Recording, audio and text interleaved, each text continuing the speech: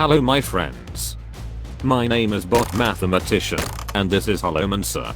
Today we want to tell you about strategies for buying packs. This video is an extension to our Hearthstone economy research. We received a lot of interesting opinions, critiques and suggestions regarding our research. Thank you guys for your interest, your comments were very helpful to us. So let's start with one of the conclusions of our research. Hearthstone is a very expensive card game. You can play it absolutely free, but you must be stubborn, and use your resources correctly. Without investing real money, you will hardly be able to collect the entire collection of cards. Sadly, this is how it is.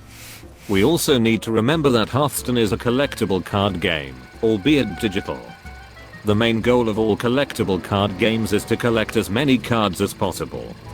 The more cards you have, the more decks you can use.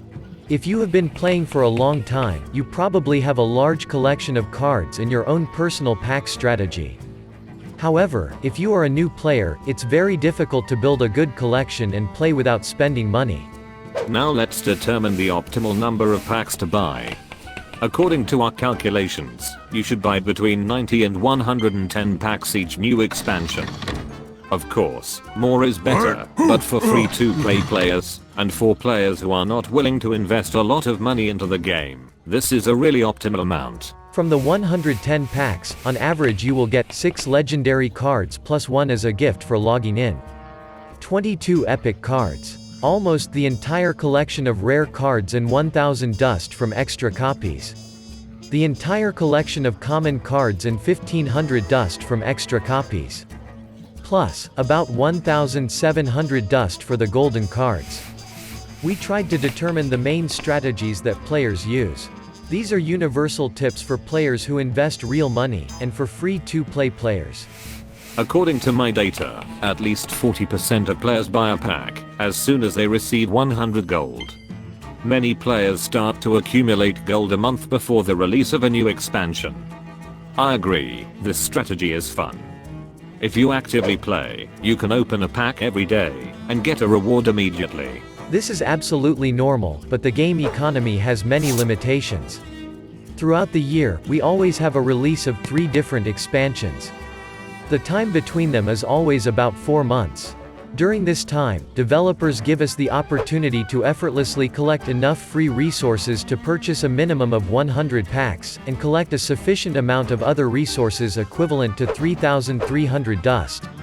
Sadly, however, the amount of resources saved over 1 month is definitely not enough. All that remains for the players in this case, is to make a pre-order, or over the next 3 months, buy packs from the new expansion, to get the missing cards. With this approach, if you spend money on pre-orders you are fine. If you play without money, you will be collecting new cards for a long time, and you will not be able to enjoy most of the mechanics and strategies right after the release of the new expansion. Such a strategy limits your opportunities. Now we want to tell you about our strategy. We call it the rational strategy. We prefer to use gaps between expansions to collect resources. This way, on the day of release, we can open the maximum possible number of packs and immediately get the new cards added to the game. If you think your resources are insufficient, you can still pre-order before the release of the new set.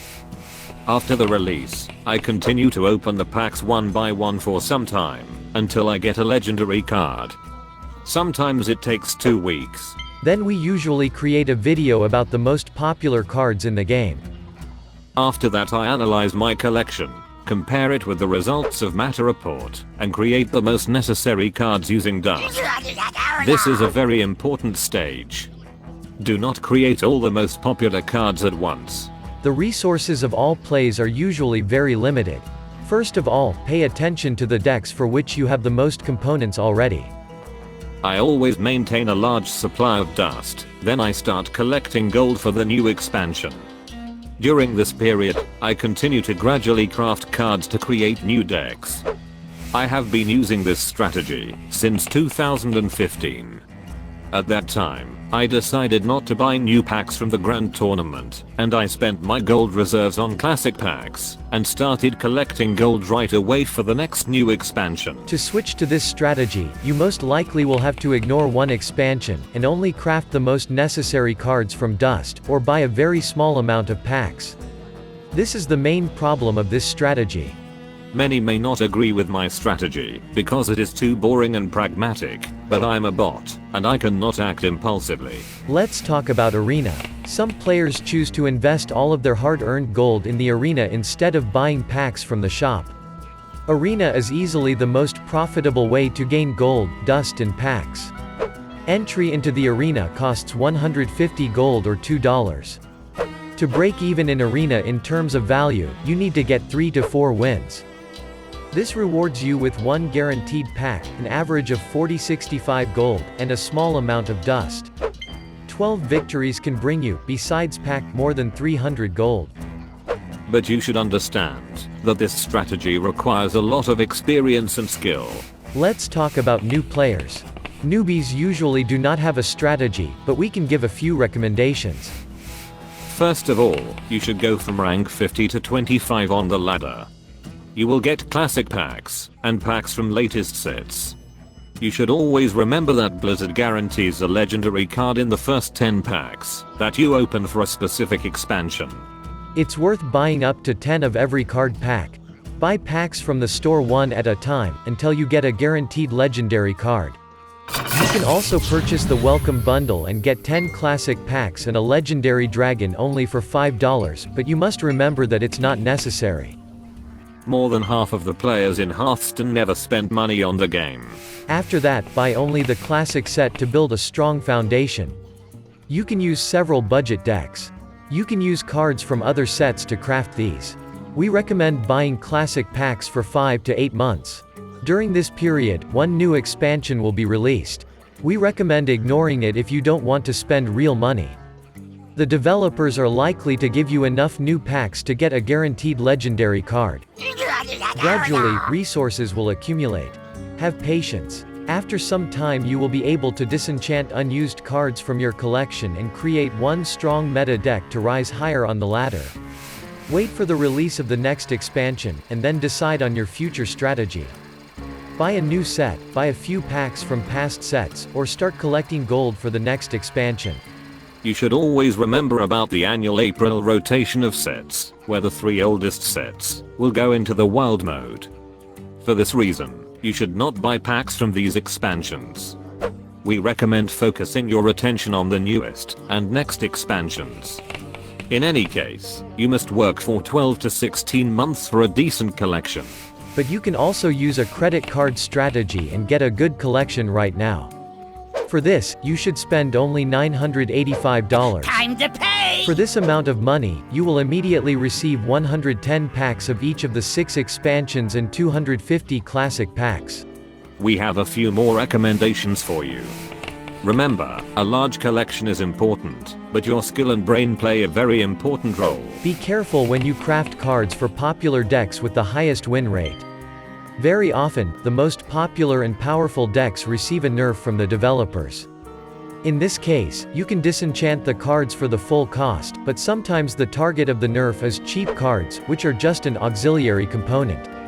In this case, the deck will become weaker, the meta will change, and you will not gain back your resources. Do not seek to create all meta decks. Choose the most interesting of them, or the most affordable for you. In the first year of the game, you can disenchant the cards that ship to wild mode during the rotation. If you play for a long time, we do not recommend getting rid of all of the cards. On the other hand, this is a good opportunity to collect Bank of Dust. But still, if you do this, you will block your ability to play wild mode for a very long time. If you are an experienced player, you should always have a stockpile of arcane dust. Firstly, it is convenient.